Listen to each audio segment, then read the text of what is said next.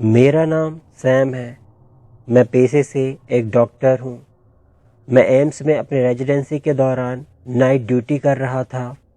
उस दौरान रात के करीब 2 बजे थे और मैं दूसरी मंजिल के वार्ड में था। वार्ड में रोशनी थोड़ी कम थी और वार्ड 2 हिस्सों में बटा हुआ था।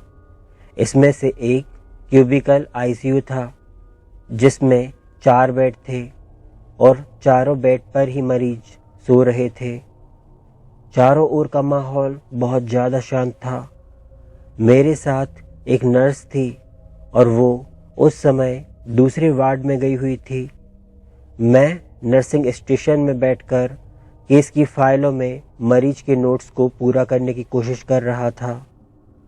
सर्दी का मौसम था, इसलिए बाहर बहुत ज़्यादा ठंड थी। मैंने आईसीयू से एक कर्कश आवाज़ सुनी, जैसे कोई मुझे पुकार रहा हो, डॉक्टर मुझे बचाओ, डॉक्टर मुझे बचाओ। मैं उठा और थोड़ा घबराया कि शायद किसी मरीज़ को मेरी ज़रूरत है और सीधा आईसीयू की तरफ भागा। वहाँ अभी भी रोशनी बहुत कम थी। मैंने वहाँ जाकर देखा तो चारों ही मरीज़ वेंटिलेटर पर थे और सो रहे थे। वहाँ किसी भी तरह का शोर नहीं था। चारों ओर शांति थी।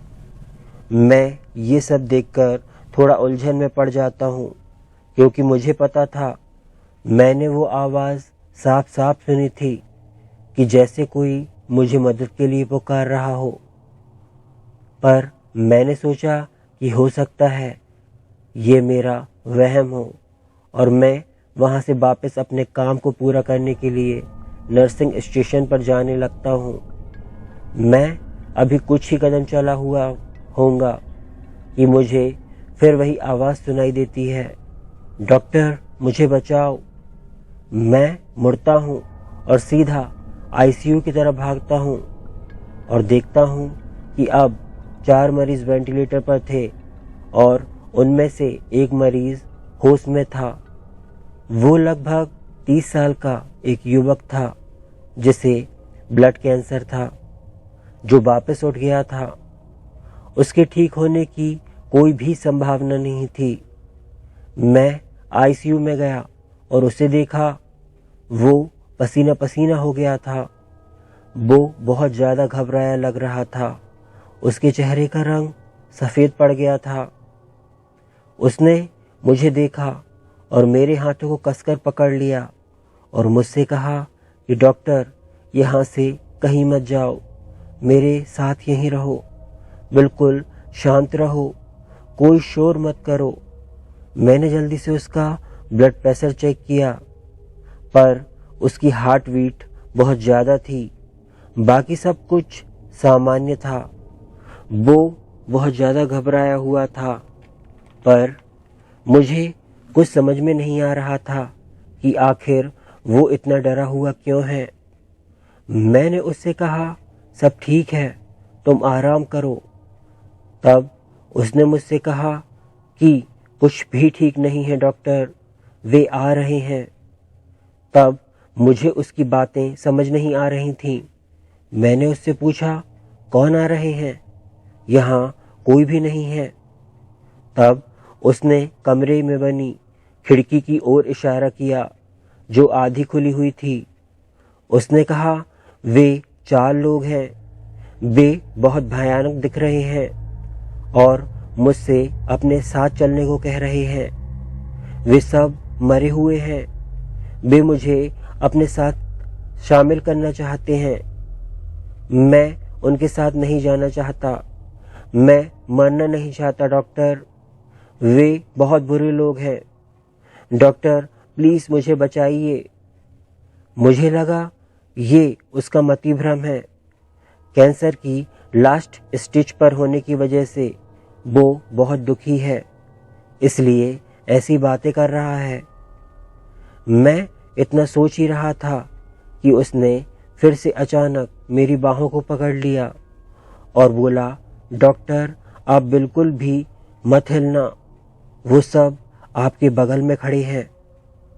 अब मैं भी थोड़ा डर गया था, पर मैंने हिम्मत करके अपने चारों ओर देखा और उससे कहा कि यहाँ आसपास कोई भी नहीं है। इसी बीच वार्ड में नर्स आ गई और मुझे घबराया हुआ देखकर मुझसे पूछा कि डॉक्टर, क्या बात है, आप इतने घबराए क्यों हैं? पर मैंने उसे कुछ नहीं बताया और उसे मरीज को बेहोश करने के लिए कहा। वो जल्दी से मरीज को बेहोश करने की तैयारी करने लगी। तब मैंने मरीज से कहा कि देखो, यहाँ आसपास कोई भी नहीं है, तुम डरो नहीं, मैं खिड़की को बंद करने जा रहा हूँ, सब ठीक हो जाएगा। मैंने जाकर खिड़की को कसकर बंद कर दिया और नर्स से कहा कि इसे बंद ही रखना। मैंने नर्स को वहीं छोड़ा और वापस आ गया।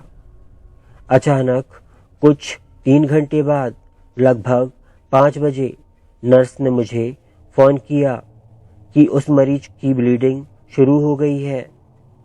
मैं जब उसके पास पहुंचा तो उसके मुंह से काफ़ी खून बह चुका था। ऐसा लग रहा था कि वो मर चुका है। मैंने उसे सीपीआर देना शुरू किया, पर काफ़ी कोशिश के बाद भी मैं उसे पुनर्जीवित नहीं कर सका। मैंने सीपीआर बंद किया और उसे मृत घोषित कर दिया, पर अचानक मेरी नज़र खिड़की पर पड़ी, जो अभी भी खुली हुई थी। तब मेरी समझ में आया कि विज्ञान और हमारी समझ इस सब चीज़ों से परे है। इस दुनिया में ऐसी बहुत सी चीज़ है जिन्हें हम शायद कभी न जान पाएं। मैं समझ गया था कि उस मरीज को अपनी मौत का आभास पहले ही हो चुका था और वो जिन लोगों का जिक्र मुझसे कर रहा था, वो आखिर में उसे अपने साथ ले गए थे।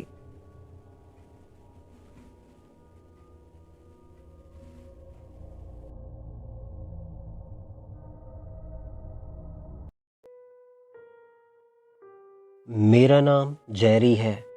बात 2007 की है। मैं अपने कुछ दोस्तों के साथ कैंपिंग पर गया था। तब मेरी उम्र 16 साल की थी और मेरे बाकी दोस्तों की उम्र भी 16-18 से बीच की ही थी।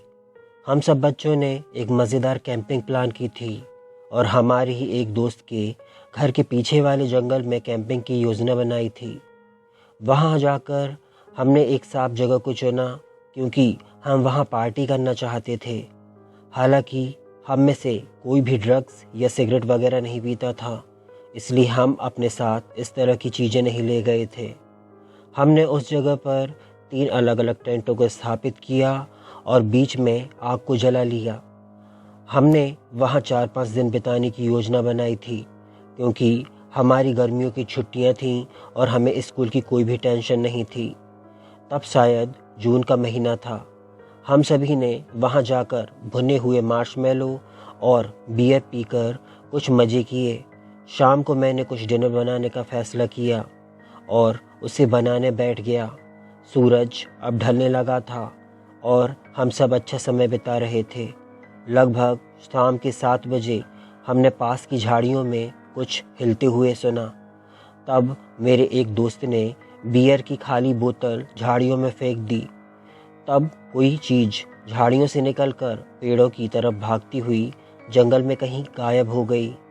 हम सबको लगा ये कोई पागल आदमी है, पर हम सब अब थोड़ा नर्वस हो गए थे। कुछ समय बाद जब हम सब लोग थोड़ा नॉर्मल हुए तो हमने रात में डिनर किया और अपने अपने टेंट में सोने चले गए। उस रात मैं और अन्य 3 लोगों के साथ एक टेंट में था। मैं उस टेंट में केवल मेरे दोस्त को, जिसका नाम पॉल था और जिसने मुझे कैंपिंग पर बुलाया था, उसे ही जानता था। बाकी 2 लोगों को मैं नहीं जानता था। मुझे याद है कि रात के समय जंगल बहुत शांत था और रात के लगभग 2 बजे मेरी किसी ज़ोर की आवाज़ से नींद टूट गई और मैं उठ गया। तब तक बाकी लोग भी जाग गए थे और हम सब टेंट के बाहर निकल आए थे। तब तक बाकी 2 टेंट के लोग भी अपने अपने कैंपों से बाहर निकल आए थे। हमने बाहर निकल कर देखा कि जो कैंप फायर हमने करीब 2-3 घंटे पहले बुझा दी थी, वो आग अब पहले से भी ज़्यादा लपटों के साथ जल रही थी। हमने उस आग को बुझा दिया ये सोचकर कि ये हम में से किसी ने शरारत की है और किसी ने उस पर पेट्रोल डालकर आग लगा दी है। पर हम में से कोई भी इस बात को मानने को तैयार नहीं था कि ये मजाक उसने किया है। पर ताज्जुब की बात यह भी थी कि हम में से ना तो किसी ने वहाँ किसी तरह की आवाज़ सुनी थी और ना ही किसी को वहाँ से भागते हुए सुना था। हम सब ये बातें कर ही रहे थे कि अचानक हवा में एक गंध फैल गई। तब मेरे दोस्त पॉल ने कहा कि ये सड़े हुए मांस की गंध है। ये गंध इतनी ज़्यादा बदबूदार थी कि हम में से कुछ दोस्तों ने अपनी टी शर्ट को अपने नाक से ढक लिया था। हम सब थोड़ा डरे हुए थे क्योंकि हम अपनी रक्षा के लिए कुछ भी नहीं लाए थे। ना ही हमारे पास किसी तरह का हथियार था और ना ही हमारे पास बंदूक थी।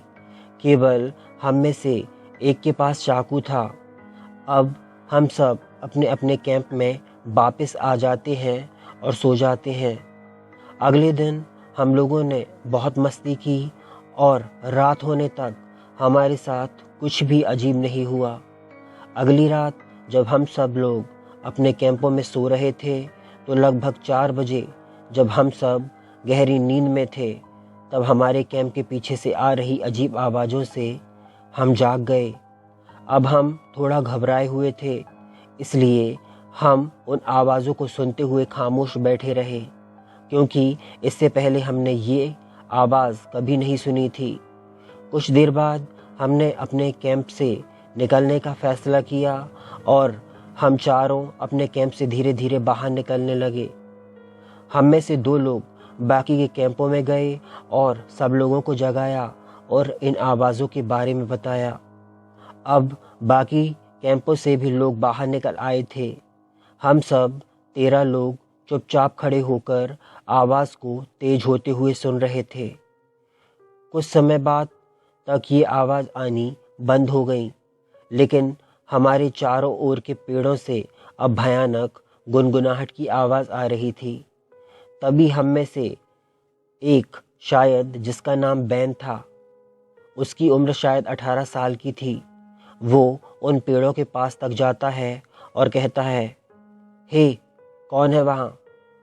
हम सब लोग ये सब कुछ देख रहे थे और जब वहाँ से बैन को कोई जवाब नहीं मिला तो वो वापस आ गया। अब सब कुछ शांत हो गया था। कुछ देर बाद जंगल के अंधेरे हिस्से से हमें बैन द्वारा कहे गए शब्द फिर से सुनाई देने लगे। हे, कौन है वहाँ? ऐसा लग रहा था जैसे कोई उसकी नकल करने की कोशिश कर रहा हो। हम सब उन शब्दों को बार बार दोहराते हुए सुन सकते थे। ये आवाज़ बहुत कर्कश थी और हम सब घबराए हुए थे कि आखिर कौन है जो वैन की नकल कर रहा है।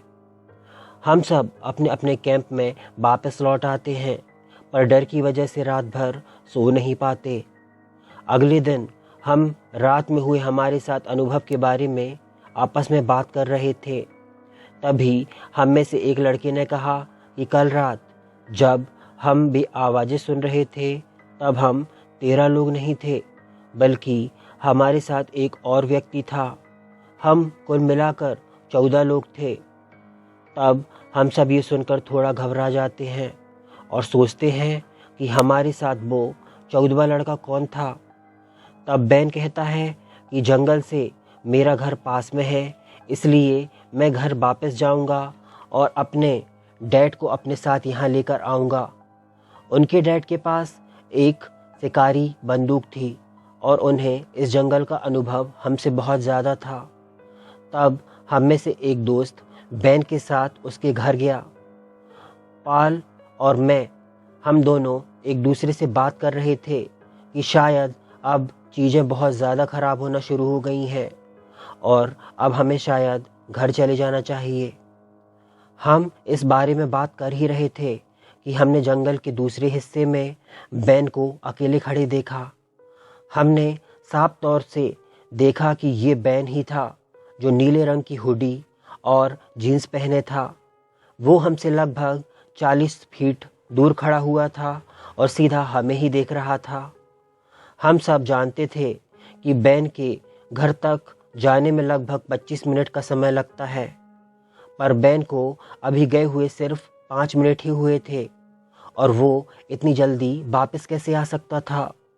तभी हमारे एक दोस्त ने उससे कहा कि वैन, तुम यहाँ क्या कर रहे हो? तुम अपने घर गए थे। पर उसने जैसे कुछ सुना ही नहीं और ना ही हमें कोई जवाब दिया। वो तो बस एक जगह खड़े होकर हमें देख रहा था। तभी हमारा एक दोस्त उसके पास जाता है तो वो बैन की तरह दिखने वाला व्यक्ति जंगल में कहीं गायब हो जाता है। हम सब ये समझ नहीं पा रहे थे कि आखिर ये सब क्या हो रहा है। अब हम सब अपने अपने कैंप में बैठकर बैन के आने का इंतज़ार करने लगे। कुछ देर बाद बैन अपने डैड के साथ आ गया। उसके पिता एक शिकारी राइफल पकड़े हुए थे।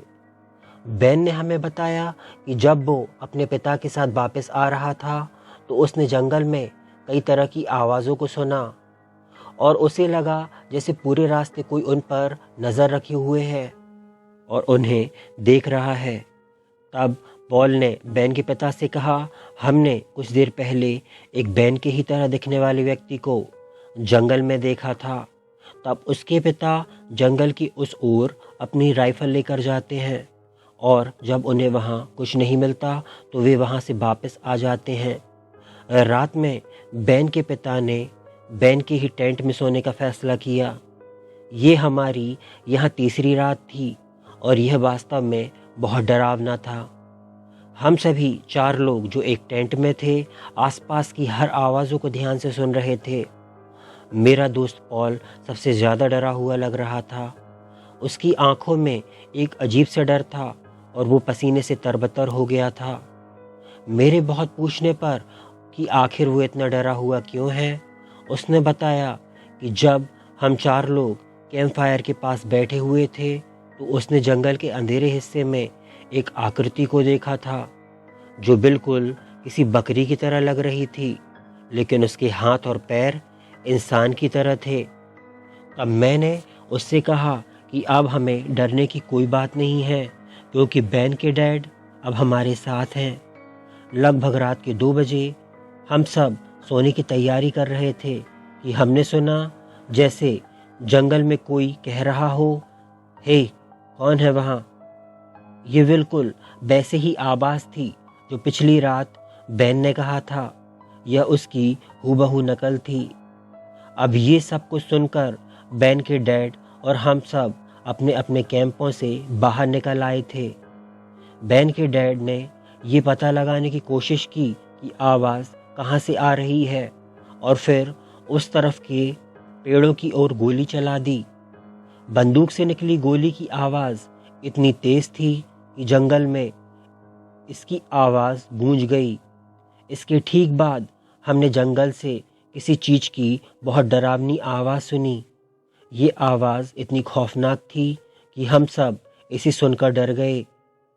फिर कुछ देर बाद हमें एक जोर की गड़गड़ाहट की आवाज़ सुनाई दी। बैन के पिता ने फिर से एक और गोली चलाई।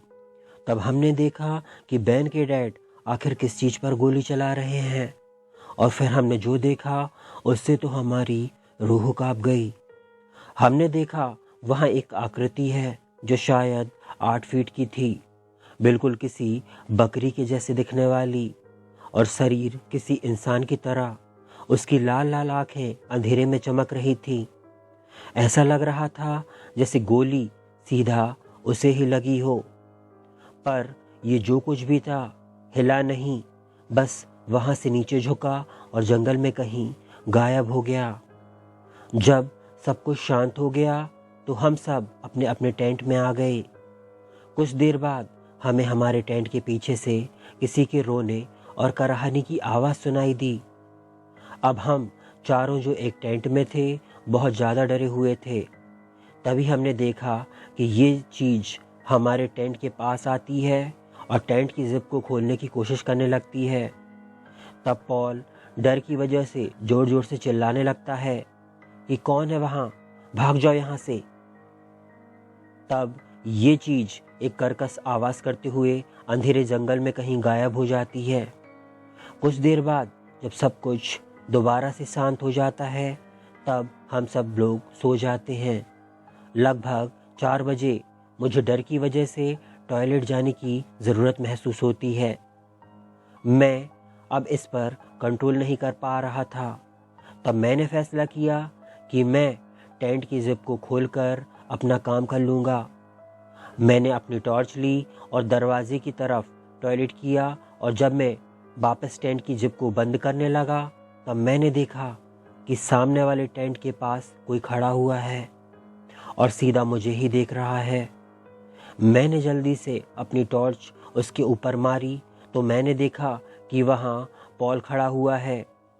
तब मैंने अपने टेंट में देखा तो पॉल अभी भी वहीं सो रहा था।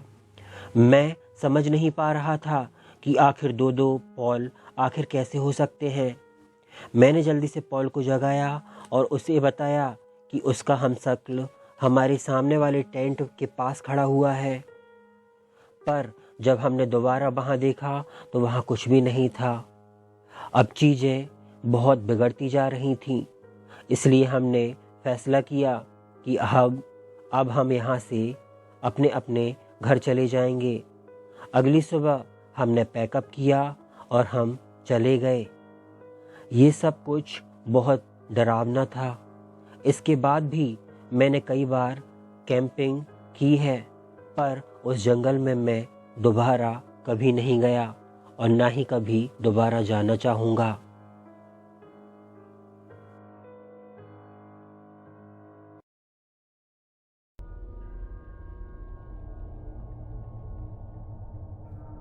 हेलो दोस्तों, creepy story with Vicky YouTube channel में मैं आप सबका स्वागत करता हूं। आज मैं आपके लिए वियतनाम युद्ध से लौटे सैनिकों की एक डरावनी घटना लेकर आया हूं, जो मैंने रेडिट से ली है। तो कहानी सुनने के पहले अगर आपने अभी तक मेरे चैनल को सब्सक्राइब नहीं किया है तो कर लीजिए, क्योंकि आपका सपोर्ट मुझे अंदर से प्रोत्साहित करता है आपके लिए नए नए कंटेंट बनाने में। तो अब सीधा चलते हैं कहानी की ओर। मेरा नाम सैम है और ये जो घटना आज मैं आपको बता रहा हूँ वो मुझे मेरी माँ ने बताई थी। वियतनाम युद्ध के समाप्त होने के बाद युद्ध में गए हुए कई सैनिकों की पत्नियां अपने पति के लड़ाई से घर लौटने का इंतजार कर रही थीं। उन्हें उम्मीद थी कि उनके पति युद्ध के खत्म होने के बाद जरूर लौटेंगे। ऐसे ही एक दिन वियतनाम के एक छोटे से गांव में एक वियतनामी सैनिक की पत्नी अपने पति के लौटने का इंतजार कर रही थी। कुछ सालों बाद उसका पति अपने घर लौट आया। उसकी पत्नी ने जब ये देखा कि वो आ रहा है तो वो सड़क पर दौड़ती हुई गई और रोते हुए उसने अपने पति को गले से लगा लिया। उसे बहुत खुशी थी और वो बहुत राहत महसूस कर रही थी कि उसका पति अब भी जिंदा है और बिल्कुल स्वस्थ है। लेकिन उसके पति पर उसके रोने या खुश होने का जैसे कोई असर ही नहीं होता और ना ही अपनी पत्नी से मिलकर वो खुश होता है। वो इतने सालों बाद अपनी पत्नी से मिलने के बाद उससे बस इतना कहता है कि मुझे भूख लगी है, मेरे लिए खाना बनाओ। उसकी पत्नी को उसका व्यवहार थोड़ा अजीब लगता है और उसकी आवाज़ भी थोड़ी अलग अलग रही थी, लेकिन वो उसका प्रिय पति था जो अभी अभी युद्ध से जिंदा वापस लौटा था और युद्ध में बहुत से लोग मारे गए थे और अभी भी गांव के कई लोग अपने अपने लोगों को जो युद्ध पर गए हुए थे उनके आने का इंतज़ार कर रहे थे। ऐसे में उसके पति के लौट आने से वो इतनी खुश थी कि उसने इन सब बातों की परवाह नहीं की और घर आकर जल्दी से अपने पति के लिए खाना बनाया। पति ने खाना खाया और तुरंत बाद सो गया। वो दिन भर सोता और रात को केवल अपनी पत्नी से ये कहने के लिए जागता था कि मेरे लिए खाना बनाओ। उसकी पत्नी भी अपने पति को इतने लंबे समय बाद वापस पाकर इतनी खुश थी कि वो अपने पति की हर बात मान लेती थी। ये सब अगले दिन भी जारी रहा और उसके अगले दिन भी। अब ये रोज का सिलसिला हो गया था। उसका पति रात को उठता और उससे कहता खाना बनाओ, और खाना खाने के तुरंत बाद सो जाता और पूरे दिन सोता रहता। अब दिन हफ्तों में बदलने लग गए थे। रोज ऐसा ही होने लगा था। उसकी पत्नी पूरे दिन खेत में रख रखाव का काम करती थी। वे पहले से ही गरीब थे और अब उनका पति सिर्फ खाना खाकर सो जाया करता था, और जैसे जैसे दिन बीतते जा रहे थे वे पहले से और गरीब हो गए थे। अब उसकी पत्नी के पास उन दोनों के लिए खाना भी खत्म होने लगा था। धीरे धीरे उसने अपने पति पर गौर किया कि उसकी आवाज़ दिन पर दिन और गहरी होती जा रही थी और उसका व्यवहार भी सामान्य नहीं लग रहा था। उसकी पत्नी अब थोड़ी डरी हुई और हताश होने लगी थी। एक दिन उसने फैसला किया कि वो पास के ही एक चर्च में कैथोलिक पादरी से इस सब के लिए मदद मांगेगी। उसने पादरी को अपने पति के इस व्यवहार के बारे में बताया और बताया कि युद्ध से लौटने के बाद उसका पति कितना अजीब व्यवहार कर रहा है। तब उन्होंने घर आकर उसके पति को देखा जो अब भी सोया हुआ था। कुछ देर उसे देखने के बाद आखिर में उसकी पत्नी से कहा कि ये तुम्हारा पति नहीं है, किसी आत्मा ने इसके शरीर पर कब्जा कर लिया है। ये सब सुनकर उसकी पत्नी को बड़ा सदमा लगा और डर की वजह से वो फूट फूट कर रोने लगी। तब उस पादरी ने उसकी पत्नी से कहा और उसको समझाया कि अब हमें केवल एक काम करना है कि उस आत्मा को या फिर जो कुछ भी उसके शरीर में है उसे उससे दूर करना है। इसके लिए उस पुजारी ने रात होने का इंतज़ार किया और फिर रात होने पर जब उसका पति जागा और अपनी पत्नी से बोला कि खाना बनाओ, मुझे भूख लगी है, पर जब उसके पति ने देखा कि आज उसकी पत्नी की जगह एक पादरी खड़ा है तो वो बहुत अजीब हरकतें करने लगा। पादरी ने जल्दी से कुछ अनुष्ठान किया और उसके शरीर से उस आत्मा को निकालने की रस्म पूरी की ही थी कि उन दोनों ने देखा कि उसका पति जमीन पर गिर गया और आत्मा के उसके शरीर से निकलते ही उसका शरीर तेजी से सड़ना शुरू हो गया और देखते ही देखते कुछ ही सेकंड्स में राख के ढेर में बदल गया। ये देखकर उसकी पत्नी बहुत ज़्यादा डर गई और रोने लगी। तब उस पादरी ने उससे कहा कि तुम्हारा पति बहुत पहले ही मर चुका था। इस आत्मा ने इस शरीर को पाया होगा और इसके शरीर का उपयोग जीवन जीने के लिए किया होगा। पादरी ने आगे कहा कि तुम बहुत ही भाग्यशाली हो कि इतने समय तक दुष्ट आत्मा के साथ रहने के बाद भी उसने तुम्हें किसी भी तरह का कोई नुकसान नहीं पहुंचाया। मेरी माँ ने मुझे बताया था कि युद्ध के बाद इस तरह की कहानियां आम बात थी कि लौटने वाले सैनिकों में से वे कुछ जिंदा थे और कुछ सिर्फ उनकी आत्माएं थीं जो वापस लौट कर आई थीं। मैंने और मेरी माँ ने देखा था वियतनाम युद्ध में ये भूत की कहानियां सामान्य बात थीं।